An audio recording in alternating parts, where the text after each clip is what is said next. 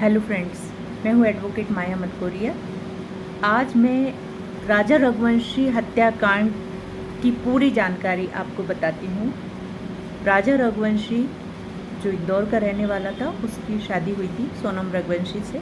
सोनम रघुवंशी और उसके 3 साथियों ने मिलकर राजा रघुवंशी को हनीमून पर जब गए थे सोनम रघुवंशी और राजा रघुवंशी, तो उसको राजा रघुवंशी को मार दिया, हत्या कर दी। ये हत्याकांड बहुत चर्चित रहा है, पूरे देश में चर्चित रहा है, क्योंकि ये मामला अलग अलग स्टेटों का था।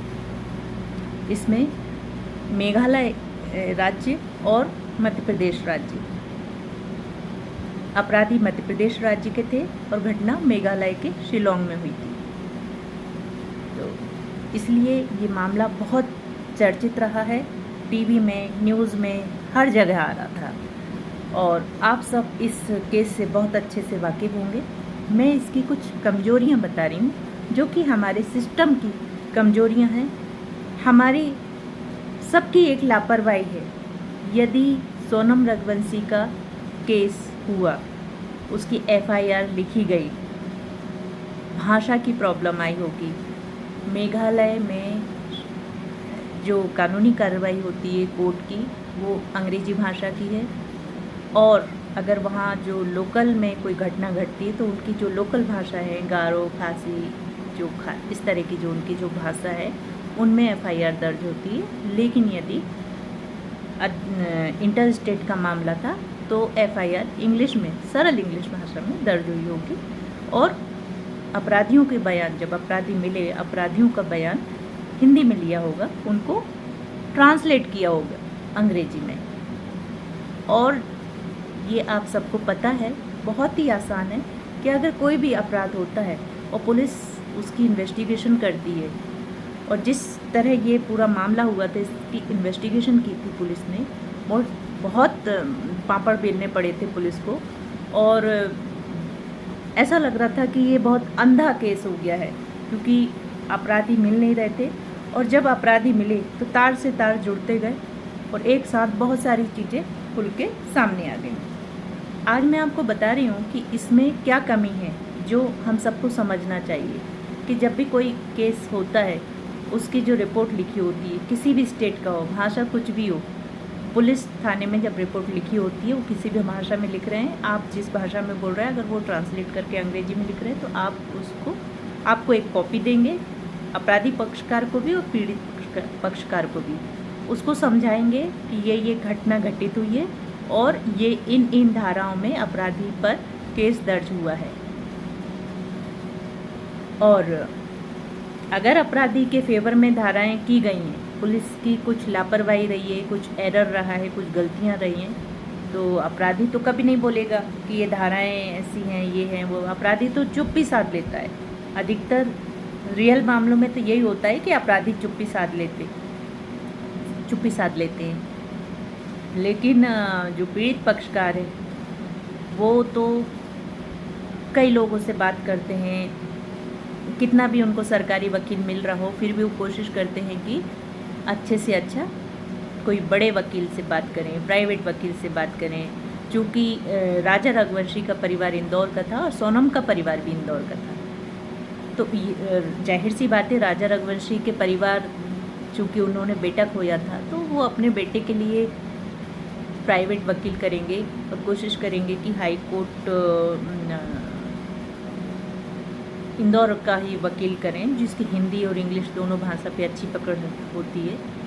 इसमें सबसे बड़ा लूप होल ये रहा कि जब नए कानून 2023 में बन गए, भारतीय न्याय संहिता और भारतीय नागरिक सुरक्षा संहिता और भारतीय साक्ष्य अधिनियम, आईपीसी, सीआरपीसी और एविडेंस को रिप्लेस करके तीनों को 2023 में बना दिए गए। इनको लागू किया गया 1 जुलाई 2024 को। अब 1 जुलाई 2024 को या 1 जुलाई 2024 के बाद जो भी घटना घटित होती है, उसमें ये नए कानूनों के तहत मामला दर्ज किया जाएगा। पुलिस की इतनी बड़ी लापरवाही कैसे हो सकती है कि बीएनएस की धारा 103 उपधारा 1, जिसमें मर्डर को अपराध जो है मर्डर है, उसके तहत मामला दर्ज होना था, तो तो मामला दर्ज किया, उसमें मामला दर्ज किया BNS लिखकर 403 उपधारा 1 में संपत्ति का दुर्विनियोग जो है वो लिखकर बताया। और इतनी बड़ी एरर सारे डॉक्यूमेंट्स में होती रही। और जब FIR की कॉपी पीड़ित पक्षकार को मिली उसमें क्या लिखा था, अब ये रिसर्च का विषय, खोज का विषय। पीड़ित पक्षकार को जो मिला उससे हमें कोई लेना देना नहीं, अपराधी पक्षकार को जो मिला वो तो कम से कम समझ में आए कि वो FIR में कौन कौन सी धाराएं लगाई थी। हिंदी इंग्लिश में भी लिखा है तो ये तो पता चले कि भाई BNS लिखा है और धारा ये लिखा रहा है। तो BNS में भारतीय न्याय संहिता, जो कि इंडियन पीनल कोड का 18 इंडियन पीनल कोड भारतीय दंड संहिता 1860 का रिप्लेस है भारतीय न्याय संहिता BNS 2023 में जो बना। और BNS में टोटल 358 धाराएं हैं। जब 358 धाराएं हैं तो 403 कहाँ से आ गया भाई? पहली गलती तो यहाँ पकड़ लेने चाहिए पुलिस को भी। अगर पुलिस रिपोर्ट लिख रही है, उसका बड़ा अधिकारी भी होता है, उनके दस्तखत होते हैं, वहाँ से जब निकलती है रिपोर्ट बनाकर जब मजिस्ट्रेट के सामने पेश करते हैं तो मजिस्ट्रेट ने ये गलती पकड़ी। लेकिन क्या पुलिस इतने सारे दस्तावेज बनाती रही, टाइप करवाती रही, एक फाइल नहीं बनती, बहुत सारे डॉक्यूमेंट बनते हैं, तो उसमें इतना बड़ा एरर आता रहा है। चलो टाइपिंग वाले की मिस्टेक थी, क्या पुलिस वाले नहीं पढ़ते इसको? पुलिस वाले नहीं पढ़ते, पढ़ के सुनाते हैं इंग्लिश में। आपने इंग्लिश में FIR दर्ज की तो अपराधी पक्षकार को भी बताते हैं कि आपको इस मामले में गिरफ्तार किया है और ये मामला दर्ज है। पीड़ित पक्षकार को भी बताते हैं कि ये अपराध हुआ है और ये FIR फाइनल हुई है और ये रिपोर्ट कोर्ट में पेश हो रही है। इतना सब होता रहा, इतनी बड़ी लापरवाही किसी ने नहीं पकड़ी। पीड़ित पक्षकार के वकील ने भी ये चीज़ नहीं पकड़ी। भाई जाहिर सी बात है, शुरू में ही उनने सबको FIR की कॉपी दिखाई होगी, सब हुआ होगा, उन्होंने भी ये गलती नहीं पकड़ी। कहीं ऐसा तो नहीं कि FIR में कुछ और धाराएं रही होंगी और बीच में सारा खेल हो गया और दूसरी धाराएं लापरवाही पूर्ण सारा करके और मजिस्ट्रेट को सामने दिखा दिया, जिसकी वजह से मजिस्ट्रेट ने ये सारे क्लॉज लेते हुए कि अपराधी को आपने बताया नहीं कि भाई उसको किस अपराध में आप गिरफ्तार कर रहे हो, उसका संवैधानिक जो अधिकार है अनुच्छेद 22(1) का, उसका उल्लंघन हुआ है। जब उसको पहली बार पुलिस ने गिरफ्तार किया तो उसके पास कोई वकील नहीं था जिससे वो अपने अधिकारों की मांग करती कि मुझे इस गिरफ्तारी ये से क्यों गिरफ्तार किया जा रहा है या मेरी जमानत ली। मतलब इसमें मजिस्ट्रेट ने ये बताया है, जो जमानत दी है, कि भाई पीड़िता के पास, पीड़िता नहीं, अब जो अभियुक्त है, अभी अपराधी नहीं कहेंगे जब तक कि मामला कोर्ट में फाइनल डिसाइड नहीं हो जाता, तो सोनम रघुवंशी ने ये हत्या की है कि नहीं की है, ये कोर्ट डिसाइड करेगा। हमें सबको पता है कि क्या हुआ है, हत्या हुई है, सब कुछ पता है, लेकिन यहाँ से जैसी घटना घटित होती है, सब कुछ पता होने के बाद, इसके बाद जो पीड़ित पक्षकार है उसको भी अलर्ट हो जाना चाहिए कि ये जो अपराध किया है लोगों ने, इनके मौलिक अधिकार शुरू हो जाएंगे। इनको कोर्ट इनके मौलिक अधिकारों के तहत इनको जमानत भी देगी और अगर पुख्ता सबूत नहीं मिले तो सबूतों के अभाव में इनको बरी भी कर सकती है। अगर आप यहाँ से केस चलो जीत गए, हाई कोर्ट में जाएंगे अपील में, हाई कोर्ट से आप सुप्रीम कोर्ट गए, सुप्रीम कोर्ट में बड़े बड़े केस अभी आ रहे हैं। मैं ये नहीं कहूँगी कि क्या सच है क्या गलत है, ये सब आप लोग जानते हैं। मैं ये कहना चाहती हूँ कि सबूतों के अभाव में बड़े बड़े मामलों में, निठारी कांड जैसे मामले में, उतने बड़े अपराधी को सबूतों के अभाव में बरी कर दिया गया इतने साल बाद। आप सबको पता होगा। मैंने कुछ नोट्स बनाए हैं, मैं आपको समझाती हूँ, आप लोग इसको धैर्यपूर्वक सुनिए कि इस मामले में क्या क्या हुआ है, क्या क्या गलती है, जो हम सबको समझना चाहिए। देखिए, घटनाएं सबके साथ घटित होती हैं, अवेयर सबको रहना ज़रूरी है और हम सबको जानकारी होना बहुत ज़रूरी है कि भाई इस तरह के मामले जो होते हैं, अगर सोनम रघुवंशी ने सच में इतना बड़ा हत्याकांड किया है और भी चीज़ें उस अपराध में शामिल है और ये इन सब चीज़ों में वो रही है शामिल जो भी है और उसको ज़मानत मिलती है, तो उसका क्या भरोसा कि वो आगे चल के समाज के लिए खतरनाक साबित नहीं होगी। मैं अभी निष्पक्ष रूप से आपको बस कानून की जानकारी दे रही हूँ और इस केस के मामले में बता रही हूँ कि केस में क्या क्या कमजोरियाँ रही हैं, क्यों जमानत मिल गई और आगे क्या होगा, और पीड़ित पक्षकार की भी क्या गलती है। गलती ये है कि जब एफआईआर हुई तो उसकी एफआईआर की कॉपी में क्या उन्हें नहीं देखा कि कौन सी धाराएं लगी हैं, क्या उनने कोई वकील नहीं किया, क्या वकील ने उन्हें नहीं समझाया। ये सारी चीज़ें मैं क्लियर करती हूँ। राजा रघुवंशी हत्याकांड मामले में उसकी पत्नी थी सोनम रघुवंशी, जो कि इंदौर के रहने वाले थे और इंदौर में उनकी शादी हुई और 1 महीने के अंदर ही वो हनीमून पे चले गए। सोनम रघुवंशी और उसके कुछ साथियों ने मिलकर वो पूरा आपको पता है कि किस तरह से उसकी हत्या की है, कितना षड्यंत्र रचा और कितने दिन बाद आकर वो मिली है। पुलिस ने बहुत सर्च किया, शिलोंग की पुलिस ने उसको गिरफ्तार किया और कहाँ से, यूपी के एक एरिया से वो गिरफ्तार हुई थी। फिर उसके बाद यहाँ इन्वेस्टिगेशन के लिए इंदौर लाया गया था। मतलब फुल गुमराह किया गया है इस केस में। और अब केस में कहाँ कहाँ कमज़ोर हो रहा है केस, ये देखिए। पिछले वर्ष 2 जून 2025 को जब राजा रघुवंशी का शव मेघालय राज्य की राजधानी शिलोंग में खाई में मिला तो पूरा देश इस न्यूज़ को देख रहा था। देश का सबसे चर्चित हनीमून हत्याकांड में राजा रघुवंशी की सोनम ने 3 अन्य साथियों के साथ हत्या की, ये न्यूज़ में बार बार आ रहा था। यह हम सभी ने न्यूज़ में देखा और पढ़ा है। शिलोंग पुलिस ने टाइपिंग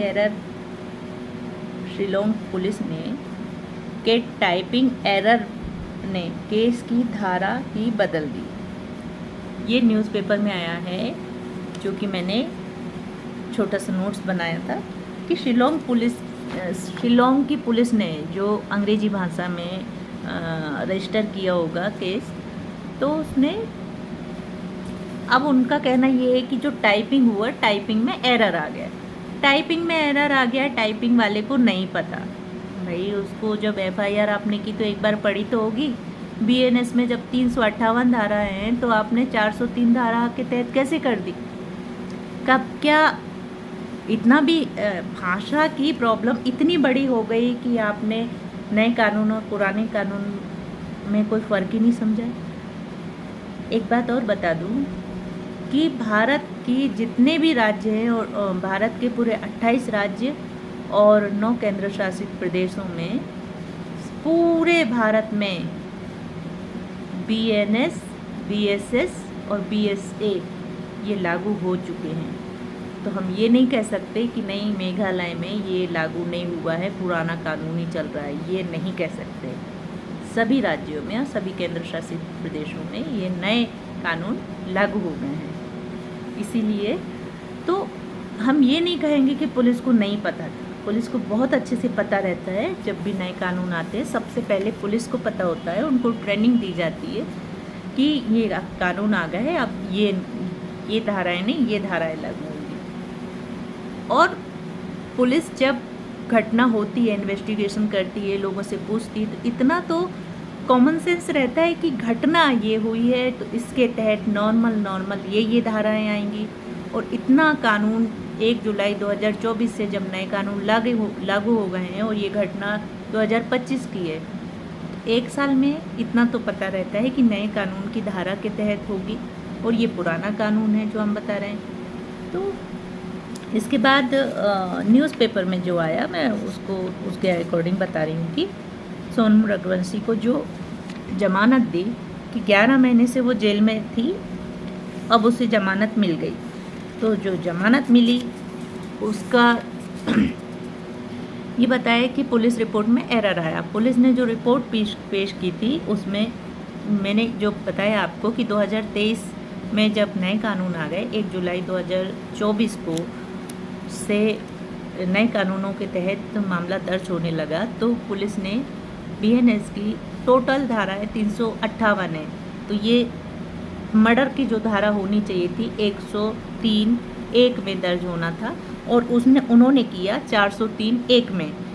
तो आईपीसी की धारा 403(1) में संपत्ति का बेईमानी से दुरुपयोग करना बताया गया है। इतना बड़ा मिस्टेक, इतनी बड़ा एरर कैसे आ सकता है? पहली बात। दूसरी बात, ये गलती हर दस्तावेज में थी, मतलब पुलिस ने इसे लिपिकीय त्रुटि बताया है, जबकि क्या शिलोंग पुलिस ने ये नहीं जानती कि ये नए कानून में ये धाराएं ही नहीं है अभी? ये तो निरसित हो गया आईपीसी, उसकी जगह बीएनएस आ गया। अब तो क्योंकि पुरानी जो धाराएं थी, पुरानी आईपीसी में टोटल 511 धाराएं थी, और 511 धाराओं में 403(1) में अगर दर्ज किया भी तो पुलिस सुन रही है, इन्वेस्टिगेशन कर रही है, क्या उसे ये नहीं पता कि ये जो केस कुछ है, धारा कुछ जा रही है? यहाँ तो कुछ मुझे पुलिस की बहुत बड़ी लापरवाही लगती है। और अब देखिए इसमें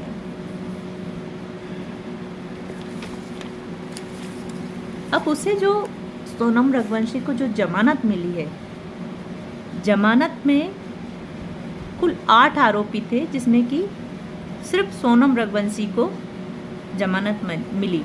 ये केस सितंबर 2025 में इसकी चार्जशीट दाखिल हुई थी। जमानत में जो अभी जमानत मिली है सोनम रघुवंशी को, उसमें 4 शर्तें हैं जो नॉर्मली सभी मर्डर केस के आरोपी को ये पालन करना होता है। अब ये 2 अलग अलग स्टेट का मामला था। सोनम रघुवंशी इंदौर की रहने वाली थी और मामला घटना हुई थी शिलोंग में। इन्होंने घटना को अंजाम दिया था शिलोंग में। तो अब जो इनको जमानत मिली है सोनम रघुवंशी को, उसमें 50,000 का मुचलका है, और जिसे सिक्योरिटी कहते हैं, 50,000 की सिक्योरिटी। सेकेंड पॉइंट है, शिलोंग कोर्ट के अधिकार क्षेत्र में ही रहना होगा उसे जब तक केस चलेगा, जब तक केस का फाइनल निर्णय नहीं आ जाएगा, जब तक। तीसरा पॉइंट है, जांच अधिकारी के समक्ष नियमित पेश होकर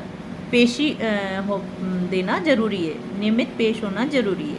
पेश होकर वहाँ एक रजिस्टर होता है, उसमें साइन करना होता है कि हाँ भाई हम ठीक ठाक चल रहे हैं, हम जमानत के नियमों का उल्लंघन नहीं कर रहे हैं, और कहीं हम बाहर भी नहीं जा रहे हैं, और इस बीच हम कोई अपराध भी नहीं कर रहे हैं, ना किसी तरह अपराध में लिप्त है। इसलिए नियमित जो अधिकारी होता है, जांच अधिकारी होता है, उसके समक्ष जाना जरूरी होता है। चौथा पॉइंट है, हर सुनवाई में उपस्थित रहना अनिवार्य है। अगर कोर्ट में जो पेशी हो रही है उसमें उसको उपस्थित होना बहुत ज़रूरी है। अगर वो नहीं होती तो उसका उल्लंघन माना जाएगा, उसकी जमानत रद्द हो जाएगी।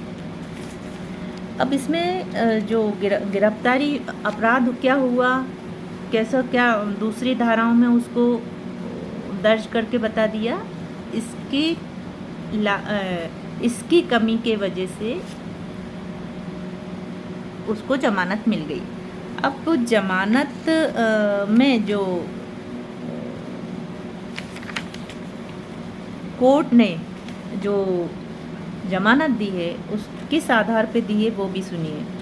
कोर्ट ने कहा है कि अदालत ने माना कि गिरफ्तारी के कारणों की सही और स्पष्ट जानकारी ना देना संविधान के अनुच्छेद 22(1) का उल्लंघन है, जो हर गिरफ्तार व्यक्ति को कारण बताने का मौलिक अधिकार देती है। मेरा कहना यह है कि क्या पुराने सीआरपीसी की धारा 50(1) और जबकि नए कानून बीएनएसएस भारतीय नागरिक सुरक्षा संहिता 2023 की धारा 47 में यदि पुलिस किसी को भी बिना वारंट गिरफ्तार करती है तो पुलिस अधिकारी तुरंत उस व्यक्ति को गिरफ्तारी के कारणों की जानकारी लिखित में देता है। यहाँ भी लिखित में दी होगी। अब उसकी जो एक कॉपी अपराधी को देते हैं, और उसके परिवार को दी जाती है कि किस वजह से इसको गिरफ्तार किया गया, पुलिस ने इतनी बड़ी गलती कैसे कर दी। अब पीड़ित पक्षकार ने, उनको भी एक कॉपी ली होगी, उनको भी दी जाती है कि भाई ये मामला है, और एक तो अपराधी को दी जाती है कॉपी, लेकिन पुलिस पीड़ित पक्षकार भी पूरा केस देख सकता है, ले सकता है।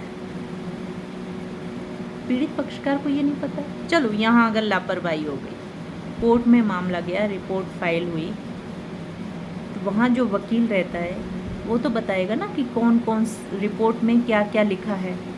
पीड़ित, जिसका भी नुकसान होता है, पीड़ित पक्षकार कोर्ट में जब केस पेश हो जाता है तो कोर्ट से अभी तक का जितना मामला था, या कोर्ट में पुलिस रिपोर्ट भी उसकी कॉपी निकलवा सकती है कोर्ट से, और उसको पढ़ सकती है, उसको अपने वकील को पढ़वा सकती है।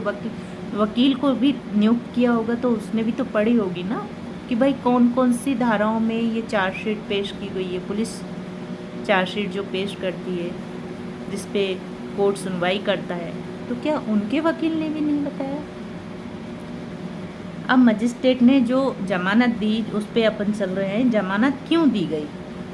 इसका एक शिलोंग सेशन कोर्ट में जो जमानत मिली उसको, उसमें सुप्रीम कोर्ट के एक मामले का हवाले दिया कि सुप्रीम कोर्ट का एक मामला था, विहान कुमार वर्सेस हरियाणा राज्य का एक मामला था।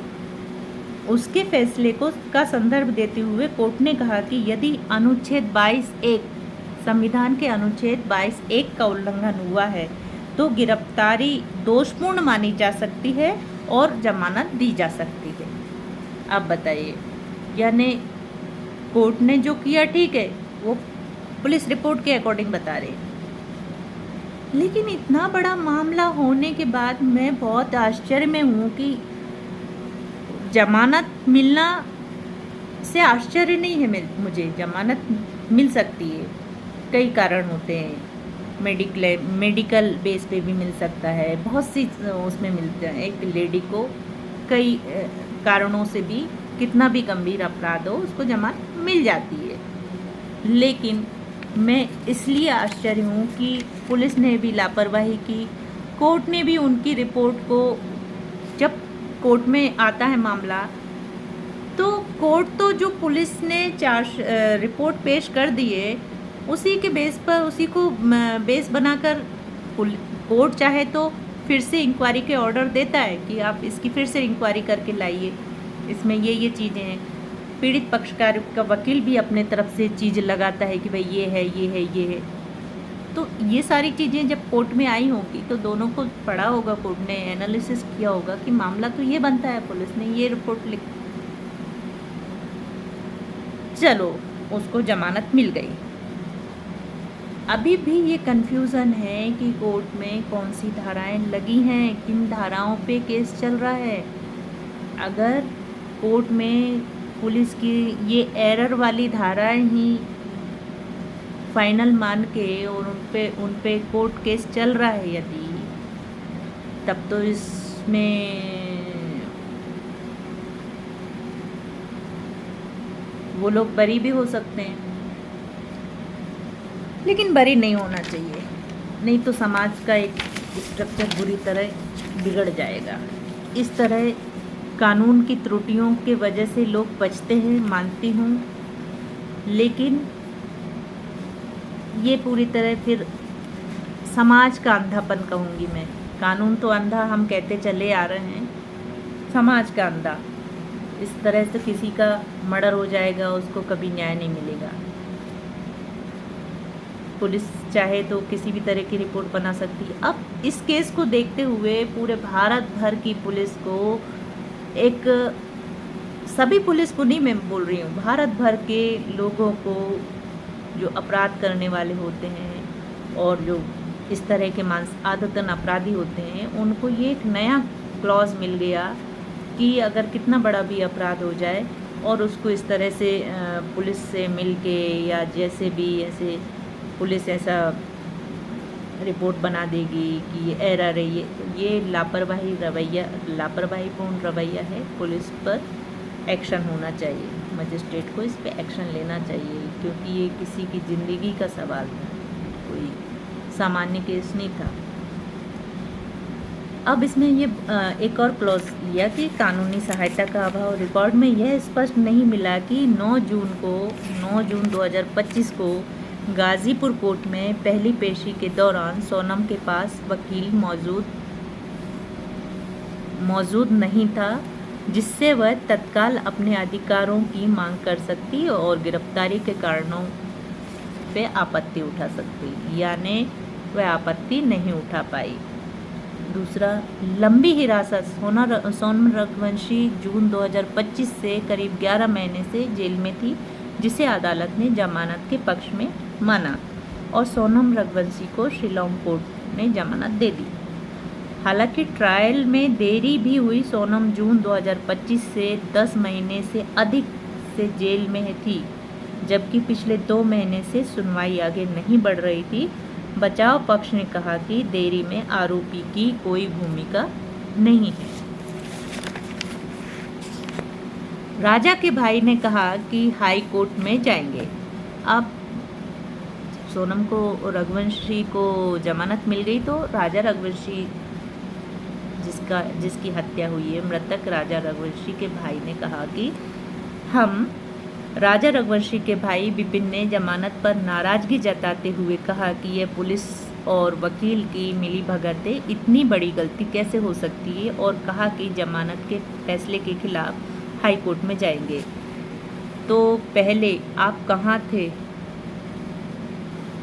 ये सारा न्यूज़पेपर में भी आया है, न्यूज़ में भी चल रहा है, उसी से मैंने इसमें लिखा है। राजा रघुवंशी के भाई विपिन पहले कहाँ थे? क्या कौन सी धाराओं में केस चल रहा है? कौन सी धाराएं पुलिस ने लगाई? चार्जशीट किन धाराओं में पेश की बनी? किन धाराओं में पुलिस ने रिपोर्ट पेश की? कोर्ट ने कौन कौन सी धाराओं में चार्जशीट लगाई है? पहले आप कहाँ थे? अभी भी सतर्क हो जाइए, अभी भी पूरा केस की कॉपियाँ निकलवाइए और उसे अच्छे वकील को दीजिए, स्टडी कीजिए और खुद भी समझिए कि भाई मामला कुछ और हुआ है और हो कुछ और रहा है। कहने का यही तात्पर्य था कि भाई पहले आप कहाँ थे। दूसरा, यदि कोई अपराध होता है किसी एक व्यक्ति के ऊपर नहीं होता है, पूरे समाज के ऊपर घटना घटित होती है। किसी एक व्यक्ति की हत्या नहीं होती है, पूरे समाज के विश्वास की हत्या होती है। कहने का मतलब ये, मैं खुद एक वकील हूँ, लेकिन कुछ मामले जो प्रत्यक्ष साक्ष्य हैं, जिनके सारे सबूत हैं, चीख कर बोल रहे हैं सारे साक्ष्य कि भाई इतनी बड़ी घटना हुई है, सोनम रघुवंशी ने उसके 3 दोस्तों के साथ मिलकर उसको ब्रूटली तरह से मर्डर किया है। पुलिस ने इन्वेस्टिगेशन किया, पुलिस को बहुत छकाया है सोनम रघुवंशी ने और सभी अपराधियों ने। उसके बाद क्या कारण है? भाषा का।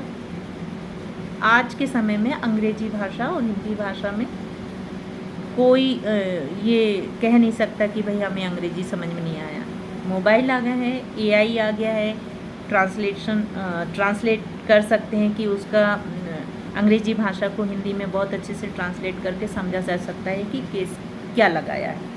पीड़ित पक्षकार की तरफ से मैं ये कहूँगी कि जो पीड़ित राजा रघुवंशी, जो मृतक राजा रघुवंशी है और उसके परिवार वाले हैं, अभी भी आप लोग सतर्क हो जाइए, अच्छा वकील कीजिए और एक एक चीज़ समझिए। इंग्लिश में है, अगर रिपोर्ट है या कोर्ट की जो भी पेशी में जो भी स्टेटमेंट लिए जा रहे हैं, हिंदी में ये लोग तो हिंदी में बोलेंगे, लेकिन वहाँ पर जो टाइप हो रहा है वो इंग्लिश में हो रहा है। कहीं ऐसा ना हो कि वहाँ भी कोई टाइपिंग एरर आ जाए। इसलिए कहने का मतलब ये है कि मेरी संवेदनाएं राजा रघुवंशी और उसके परिवार की तरफ है। मृतक राजा रघुवंशी, उसका पर्सनल जो भी रहा हो मैटर, लेकिन उसकी हत्या हुई है। उसके परिवार की तरफ मेरा एक संवेदना है और इस पूरे केस को मैं शुरू से ही स्टडी कर रही हूँ, इसलिए मेरे को बहुत धक्का लगा जमाना तो इसलिए धक्का नहीं लगा, धक्का इसलिए लगा, दुख इसलिए हुआ। क्या इतनी बड़ी मिस्टेक पुलिस ये कह रही है कि एरर आ गया? ये तो कानून में लिखा है कि कानून, आप अनपढ़ हो, आपको नहीं पता, कोई बात नहीं, लेकिन पढ़े हुए आप उसी फील्ड में बैठे हो, कानून की बारीकियां समझ रहे हो, एक एक चीज़ जान रहे हो दिन रात, और आप ये कैसे कह सकते हो कि प्रिंटिंग मिस्टेक हो गई या एरर आ गया, इस वजह से इतनी बड़ी गलती हो गई? ये बहुत बड़ी गलती है, छोटी मोटी गलती नहीं, ये बहुत बड़ी गलती है। लापरवाही पूर्ण रवैया है पुलिस का, और पुलिस को भी इसमें पुलिस के ऊपर भी एक्शन लिया जाना चाहिए, क्योंकि स्पष्ट दिख रहा है कि ये पूरा एक मामले को तहस नहस कर दिया है, पूरे केस को तहस नहस कर दिया है।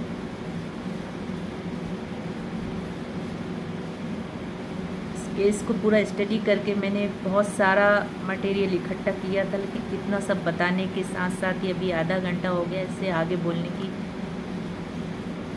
मेरी हिम्मत नहीं है।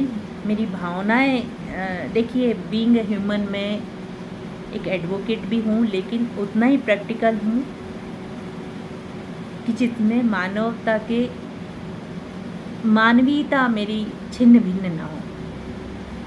तो आज के लिए इतना ही। अगर मेरा वीडियो अच्छा लगे तो फॉलो कीजिए, लाइक कीजिए, कमेंट कीजिए।